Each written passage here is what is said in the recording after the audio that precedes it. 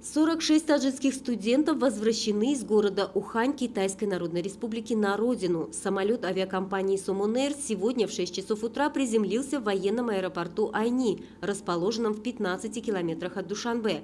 Граждан Таджикистана, возвращенных из Китая, в самолете сопровождали медицинские работники и специалисты Комитета по чрезвычайным ситуациям и гражданской обороне при правительстве Республики Таджикистан.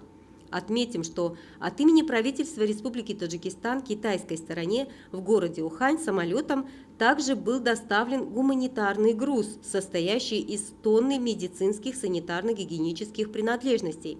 Граждан Таджикистана, возвращенных из города Ухань, который стал эпицентром вспышки коронавируса, приняли 2 группы врачей. Прибывшие в течение 2 недель будут находиться на карантине под надзором специалистов. Они обеспечиваются бесплатным 3-разовым питанием, несколько раз в день у них будет измеряться температура и проверяться состояние их здоровья. Возвращенные граждане проведут карантинный срок в санатории Харангон Варзобского района. В настоящее время 46 таджикских студентов из города Ухан, провинции Хубей Китайской Народной Республики, возвращены на родину. Прибывшие граждане в течение 14 дней будут находиться на карантине, где за ними будет вестись наблюдение. Они на время пребывания в карантине будут обеспечены питанием и другими необходимыми условиями. Напомним, что для предотвращения распространения коронавируса в Таджикистане был создан постоянно действующий республиканский штаб. В 27 пограничных контрольно-пропускных пунктах организовано круглосуточное дежурство медицинских работников и специалистов соответствующих учреждений и ведомств.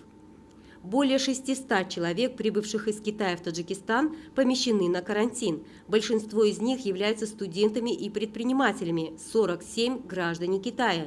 По словам ответственных лиц Министерства здравоохранения и социальной защиты Республики Таджикистан, среди лиц, находящихся на карантине, не зарегистрировано ни одного факта заражения коронавирусом.